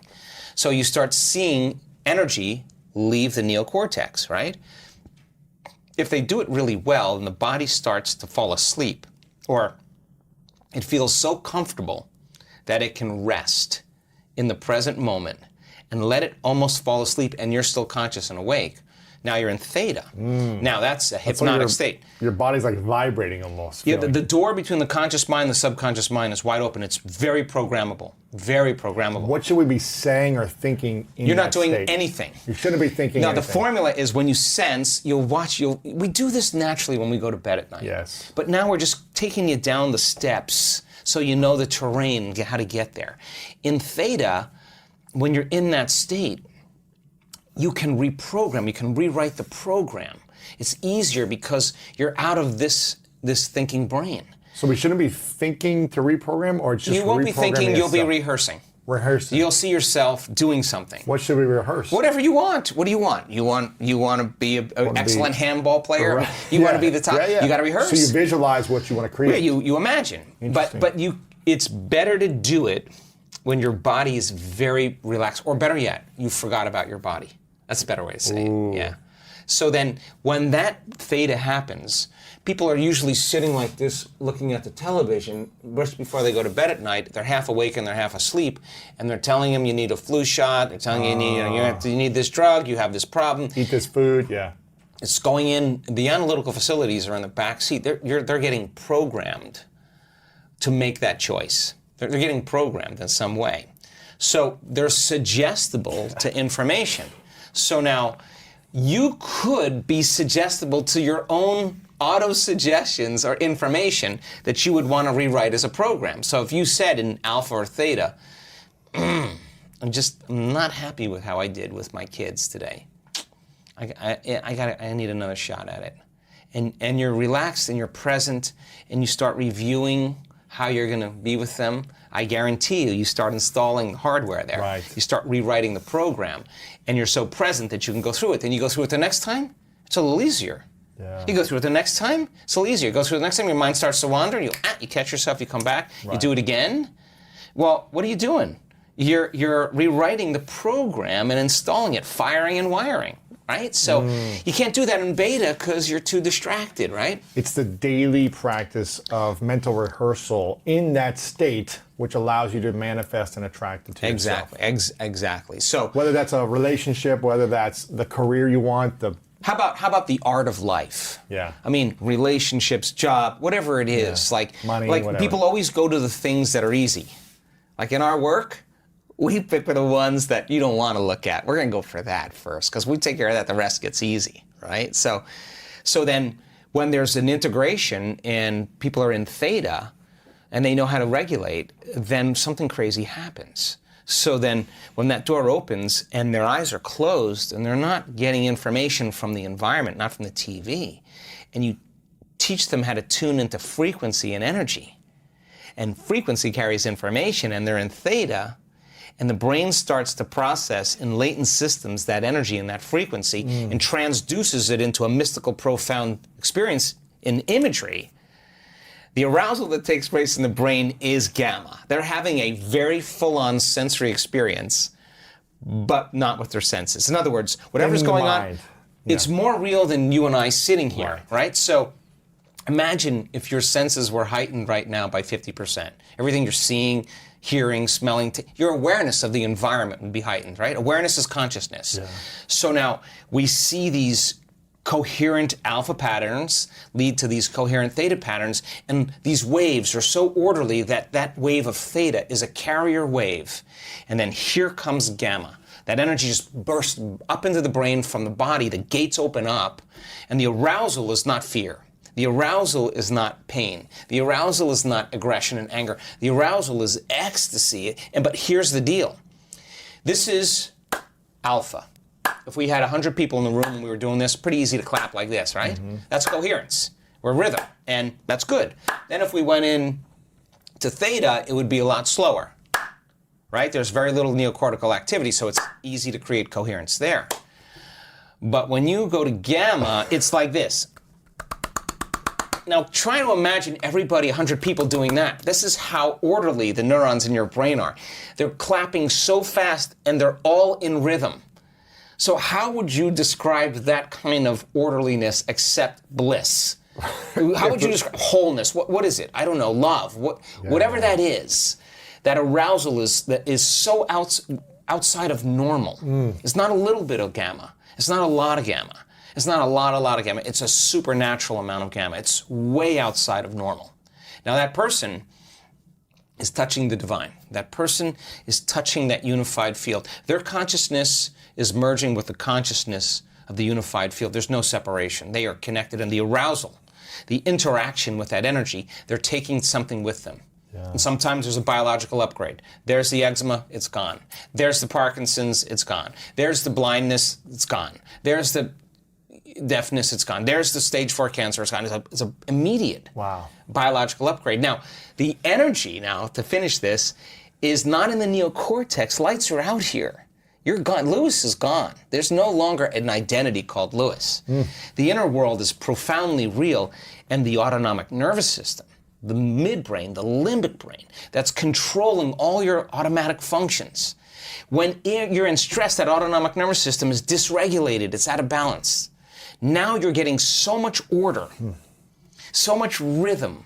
That autonomic nervous system's touching every single cell in your body, every tissue, every organ, every system, and it's jiggling the cells, and the cells are getting new information coherently.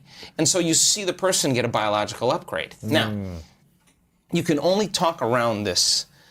You have to have the experience, but people who have the experience will have the biggest smile on their face because they'll realize it was always available to them. So the fundamental question is it worth it? That's the real question. Because if you're willing to make those changes every day before you start your day, and you have this kind of arousal coming from within you, I guarantee you won't be looking in your outer environment to find those feelings. You'll be looking within you. Creating inside, yeah. And so in stress and in survival, most of your attention is out there. When you leave a week-long event, something amazing happens. You're paying more attention in here. You're paying as much attention in here as you are out here. You're not so seduced, right? So then, as you begin to become, you know how to get beyond your body, your environment, and time. The formula is, the moment you dissociate from everything known, the moment you dissociate from everything material, the moment you can relax into the present moment and the brain starts to synchronize, is the moment you become pure consciousness and you are in the present moment. You're in the door to the quantum field and the brain gets highly organized. Okay, so now we have a coherent brain, and the coherence in the brain starts to resonate with different frequencies in the field, and when there's an octave, when there's a harmonic, the brain starts processing information, right? But they're suggestible, not from out there, but from the field. That's frequency. But the brain has to be coherent to pick up the rhythm, the frequency. Right. If you're incoherent, you got static. In other words, you got no Wi-Fi signal. You're a piece of matter with no field, right? So then that sends the signal out, coherent brain. But what's going to draw the experience back? Our heart, right? So then we practice then every day, cultivating the emotions and being able to sustain heart coherence. Now you combine those two, and we have beautiful, beautiful brain scans and heart scans to show the dance between the two. And now you got this kind of, your heart is speaking to you. I don't know how else to say it. You're not getting information from the news, you're not getting information from your Facebook. You're not getting information from your cell phone. That information is just equal to what you're willing to believe. But when your heart speaks to you because there's a resonance between the two, it's going to tell you exactly what's right for Lewis. Yeah. And it's not going to be what anybody else tells you. You're going to know. So that means then when you're in certain situations and something doesn't feel right because your heart is tuned, the brain thinks, but the heart knows. And so when you start getting in this compass, when you start navigating here, when you start practicing this and you start feeling, you are going to see the world through another lens. So then back to your question. If by chance I'm knocked out of balance, I will know right away, oh, I lost the feeling. So then in the beginning it may take longer, but as you start evolving your experience every day, you want to get better at being able to, a great day for me is that when I am locked in And no person, no circumstance, no condition in my life is moving from me from the emotions of my future. And it could be challenging and hard, and I'm willing to go the distance because the next day there's always a little magic. Yeah. Like I've earned the right for the experience now. I've been initiated, and I overcame some of those things, and I will see them as having less control over me. So that means then when the synchronicities happen, when the serendipities happen, when the opportunities show up, I'm no longer believing that I'm the victim of my life. All of a sudden I become more aware that I'm the creator of my life, right? And so then I respond less to the environmental circumstances, and if I respond less, then the environment no longer weakens me. And if I'm no longer weakened by my environment, then I would be immune to my environment. And you could create a lot better from a place of a powerful immune system, a powerful environment, powerful thoughts. You can create from that space better than a weakened environment. Exactly. But here's the weird thing. The weird thing is that people are no longer creating material things. This is weird. They don't want, you think that you want them, right? But when you start doing this work and you start... You don't need it. You're just happy. Imagine being so happy with you that you don't want to be anybody else. And you don't need anything to make you feel You don't, better. you don't need anything else. You're just really cool with everything, right? I mean, that's a good place to be. And when you no longer want, you're no longer trying to control your life or predict it. Wow, the game changes a little bit. You know, it's interesting. I live in this, kind of really fancy condo building nearby here. And I got it because it's really convenient. It's close to this office space. It's got great views of the mountains, the golf course, all that stuff. But I'm probably the least fancy person in this building. I mean, it's every type of exclusive car you can think of. And every day, I literally smile getting up and going out of the building because I have a $200 scooter that I take to work, that I scoot past these Ferraris and Lamborghinis and McLarens, whatever these cars are. I'm scooting past all these owners of these cars, and I'm smiling. Of course. I'm so You're free. happy. You're I'm free. just like scooting. It's not even electric. It's a push scooter. Yeah.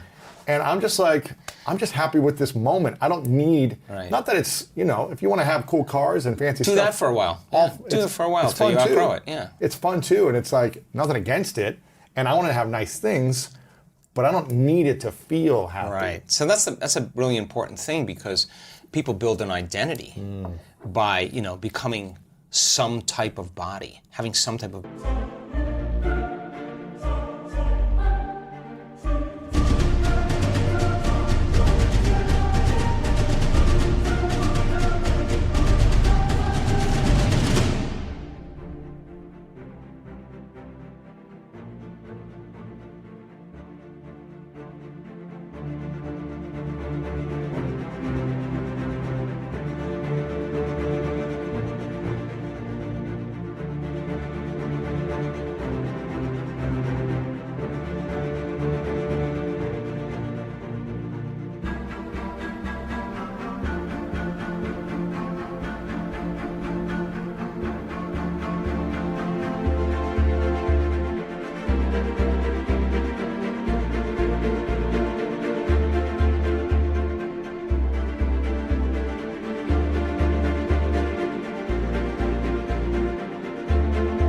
body, knowing someone or being someone, owning some things, living somewhere at some time. And the identity then is identifying with everything material in the three-dimensional world, and all their attention is out there, but you want to hide the divine anywhere in a human being, the best place to hide it is within them. They'll look everywhere else for it. Wow. So then when you start moving closer towards it, and you start feeling more whole, then the scooter is just a signature of what you love about life, your freedom. So fun. The Porsche and all those things become an identity. And when you become possessed by your possessions and you can't get beyond them to create because your identity is so steeped in the three-dimensional world, it's going to take crisis. It's going to take trauma. It's going to take disease. It's going to take diagnosis. It's going to take break loss. through from that, right? No, it's going to for a person to finally go, what's more? Up. Yeah, what's more important, right? So when you feel so off, you feel so altered that no sports car, no shopping spree, no meal is going to make the feeling go away. Now this is when the soul's going, hey, wake up, because now nothing out there is going to make this feeling go away. What are you left with? For the first time, you're no longer responding to your texts. Right. You're no longer checking all your emails. You're no longer posting. You're no longer going out to dinner with the same people, listening to the same stories. You're breaking all those agreements. Right. And now you're looking at yourself because you feel so altered that you can finally see yourself like someone else sees you. You're observing. Now, that's when you begin to objectify the subjective self. That's the moment you're disentangling from the program. My message is, why would you wait for that? Why not marry a clear intention with an elevated emotion every day? Instead of going to your lowest denominator to see yourself, go to an elevated state. And from an elevated state, look at the old self and be so conscious like, okay, now I'm up here. So you practice the meditation as a rehearsal for game time. And then you open your eyes and now it's game time. It's not like I did my meditation, you're on the freeway and you're flipping people off or judging your coworker. Now you got to show up. You got to show up and you got to demonstrate it. Now you primed your brain and body to demonstrate it. Now the game changes. Yes. Now it's instrumental, right? So then when you have that kind of understanding and you can get in touch with what that is, you'll know the moment you lose it that something is not right. So from an elevated state now, you could look at the old self, and the moment you start going down, you're like, I lost it. But you don't have to reach that low place. Why not do it every day so that when you start noticing your energy dropping, you'll get better at it. And this is not positive thinking. This is creation. Because if you can maintain that modified state of mind and body your entire day, get ready, because weird stuff's going to happen all around. You're going to be like, and this happens all the time, people say, I'm not doing anything. Oh my God. Of course you're not. You don't have to do anything. You are the vortex. You're allowing. It's coming to you. Yes. It's coming to you. So then when that person overcomes themselves and they're sitting in the fire, it's no longer pleasure. It's no longer, the need for gratification. They're just in love with themselves. They're satisfied with themselves. Now, when they're in love with themselves and they can allow others to be however they want, then the side effect of that is called joy. Joy is the absence of the torment of those emotions that keeps the body unhappy. So allowing others to be what? Reactive or angry or happy?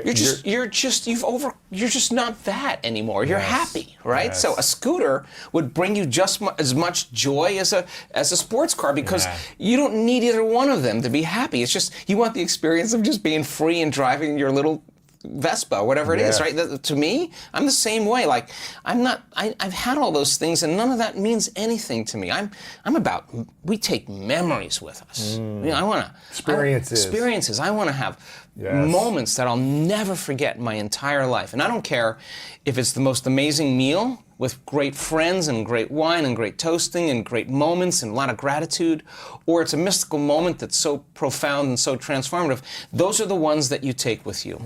And so overcoming the past and the emotions that are connected to the past and lowering the volume to those emotions is called wisdom. Now, wisdom is what we take with us, and that's when we're done.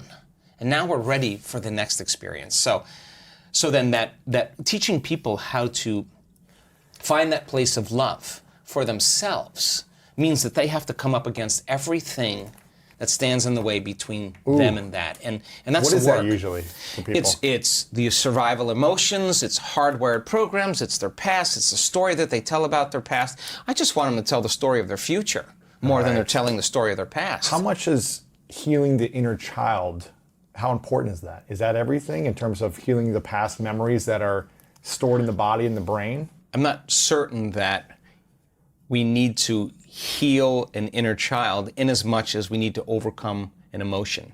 Like, I never tell a person to go back to their childhood and remember the events. The story is probably not even accurate. Right. Just overcome the emotion. Forget the story. Overcome the emotion, and you belong to the future instead of the past, right? So will that heal the inner child? Yes. Have I had profound moments where I saw things as a child and how I framed them? Absolutely. But that was a moment where I was enlightened that I didn't need to do that anymore, but it was inwardly that I did that. So healing the inner child is healing the same person. You're only the child when you feel the emotion. That's taking you back. In the moment.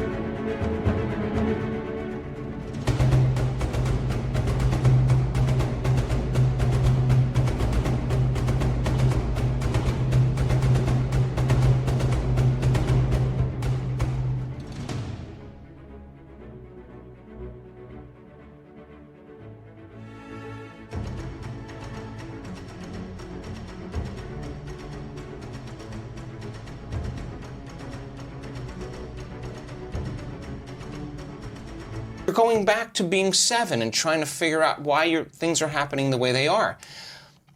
That's never going to be resolved. But if you don't have the emotion, the child is healed. The child is free, right? I mean, so we just work on the emotions. That's the key. And so when you overcome the emotion that's charged, that keeps you connected to the past, and you no longer have an emotion connected to the past, then that's wisdom. Then you know. I mean, then you're free. Freedom. What's the opposite of love? Because you're mentioning the opposite of love is not fear, it's not anger. There is no opposite. The love is wholeness. I mean, it's the union of polarity. It's the union of duality. It's opposites coming together. It's the center of the magnet. Yeah. There's no polarity in love. There is no opposite. We came from pure love. Mm-hmm. We came from unity, source, singularity, 0 point, universal mind, whatever you call it. Yes. We descended into density from oneness. To answer the question, is there more? There is more. And how do we say this? There's one God, but in that God there are many. So all of us have a spark of oneness, of the divine in us, and we've come down to such a degree of separation that we no longer are connected to anyone or anything, that you have the free will now. You are so autonomous that the spark of the divine is in you as oneness, that you get to create reality on your own. To answer the question, is there more? And you get thousands of opportunities to do it. Yeah.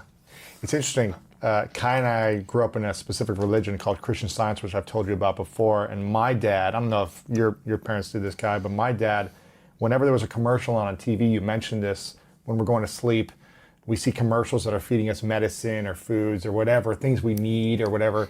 He would always turn the commercials off when there was a medicine because he didn't want us to program our minds of course. From watching this. Oh, when you get sick, you need this. You need this to feel better. Something outside of you to change your internal state. Yeah, he would always change that off and say, no, we're going to have one mind and focus on a capital one mind and get to the place of truth, of knowing who we are. And it's interesting that with social media today, especially with the lockdown for so many people, we're just programming our minds to be in reaction to something we need when we feel like we're lacking it. And it makes us, I feel like... So you can choose.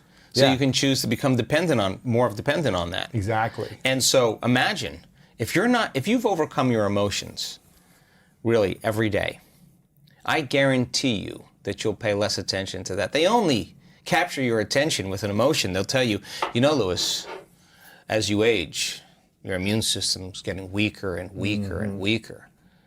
And then you see a picture of some guy in his 50s and he looks really good, and he looks better than you, and you're like, oh God, he looks really good. And John here, has had something that you could get if you had chicken pox.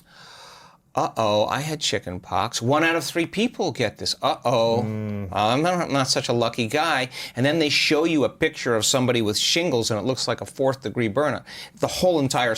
What are you going to do? The effect of that image is going to capture your attention because it shocked you. Now you're going to lean in and pay more attention to it. Now they got you.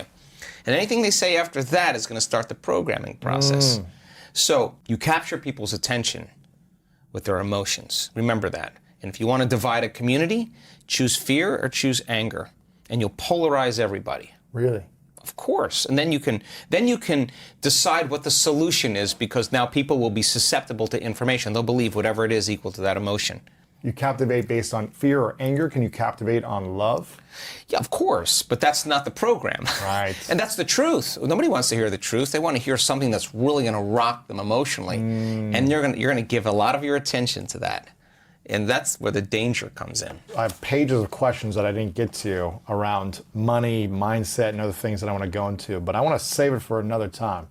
So if you want to hear on topics around money mindset, rich mindset, how to overcome the poor mindset, and other topics with Dr. Joe Dispenza, then let me know in the comments on social media. Post, if you're on YouTube, leave a comment below, let us know, and hopefully we can get you back in the next 6 to 12 months and do another. This 2 hours flew by for me, so. Was it that long? I think it's almost 2 hours, but I want to go another hour, but I know you have things to do. When we are you're in the flow. Every time we're together, and that's what I love about our conversations. We just Dude, you're a great interviewer. I mean, I just ask one question and that's it, and it just lets you go. But I just feel like there's so much that we need to be reminded. You know, we've done other interviews in the past that we'll link up here in the show notes, and I want people to go watch. There's things that we all need to be reminded, that you need to be reminded every morning when you wake up. Hey, I need to be better. Well, what is it? So what is mind? Mind is the brain in action. That's what it is, according to neuroscience. So then it's important for us to remind ourselves, reproduce the same level of mind every day, fire and wire the circuits, install them, and then emotionally embrace the future so the body's conditioned more to the future instead of the past. That's reminding the brain and body, right? And what happens if we don't remind ourselves of that future that we want to create every day? Hey, listen, if you're not waking up being defined by a vision of the future, I can guarantee you'll be predictable because you'll be in the memories of your past. Ooh. Period. It's the way it is. And I want people to believe in their future more than they believe in their past. I want them to be more in love with their future than they are with their past. I want them to romance a new future more than they romance their past. And it's so much easier to forget our vision than to remember it. And that's why we have to remind ourselves every day. It's easier to forget it than to remember it. Of course, in the beginning, there's no circuitry there. So that's why it's a daily practice. Schedule it in. Make it the first thing you do, the last thing you do at night. Think about it. Do you know how many people stop me and say, "You're not going to believe this. I actually took 2 weeks just to see if this worked. I can't tell you in 2 weeks all the crazy things that happened to me. Like they have to convince me. Like I'm not interested in convincing anybody any longer that this works.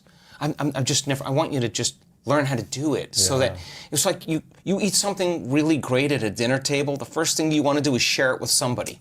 Like taste, that's how I am. Like, I'm going to stick it in your mouth, right? It's great. So you have that experience. You want other people to experience it. Why? Because imagine a community of people, the living organism of human beings caring for one another, loving one another, informing one another, honoring one another, respecting one another, healing one another, shining for one another, just so others can shine. I mean, that's who we are when we're not living in fear and anger and in survival. That's that we are innately wired to care for one another, to respect one another, to be a collective, a new consciousness, another way, and if you practice it, just feeling a little love every day, a little gratitude every day, I can prove to you, I have the research, your immune system is going to be so strong, it's going to be immune to any foreign agent. With gratitude. Just 10 minutes, 20 minutes of gratitude a day. What do you got? Not just to think about the things that you're grateful for, but to embrace them emotionally. Why? Because you want to practice feeling that. What's the emotional signature of gratitude? When you're receiving something favorable, you just received something favorable. Something amazing is happening to you, or something amazing just happened to you that surprised you. What do you say? You feel grateful, right? So the emotional signature of gratitude means something amazing just happened to you. Something just happened, or something is literally happening to you.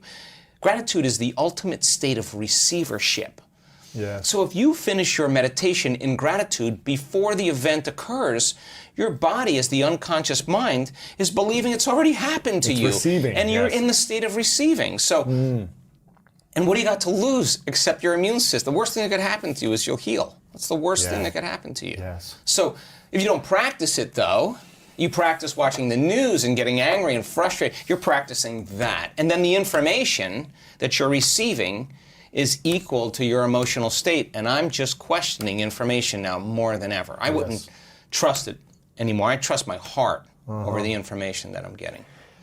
If people want to get started with more, if this is your first exposure to Dr. Joe, you can check out his book. I highly recommend the book, Becoming Supernatural. He's got many other books at his website. We'll have it linked up below. Check out the other interviews we've done. If you're on Apple Podcasts or Spotify right now, we'll have those linked up in the description. If you're on YouTube, we'll have other videos linked up as well. You also have some new audios, I heard, that are just coming out. One of the things we do is we teach people how to create from the field instead of from matter. When you create matter to matter, it's just going to take time. Because you got to move your body through space, and it takes time and energy. And so you can get the house, you can get the car, it's just going to take you a couple of years, and you got to save for it, and you got to work more, and you got to fight for it. And that's the matter way. Matter to matter. What's the field way? Well, you got to get to the field. So learning the formula and how to get to the field as pure consciousness, and you create from the field instead of from matter. If you're connected to source, then you are you are creating as source. Yes. So then now you no longer go anywhere to get it. You learn how to draw it to you. So we have these meditations that we've been doing with our advanced group called synchronizing your energy to synchronicities in your life. So we have them for abundance, we have it for health, we have it for love, we have it for the mystical, and we have it for a new life. And so it's a great way. We just did a live stream. We had, I think, 25,000 people on that live stream when we were in Marco Island, Florida, doing our event. And it's just really a way for people to learn how to synchronize their energy, create brain and heart coherence, and then begin to create experiences. So, for example, abundance, as I said, people really want freedom. So they'll tune into the frequency of abundance, draw the experience to them, then to freedom, and then the last one is opportunity. People want health, they want wholeness and an opportunity. Love, they want joy and an opportunity. The mystical, they want awe and an opportunity. A new life, they want to be inspired and an opportunity. So we teach them how to create from the field. So those are the synchronizing meditations. Where can we get these meditations, these audios?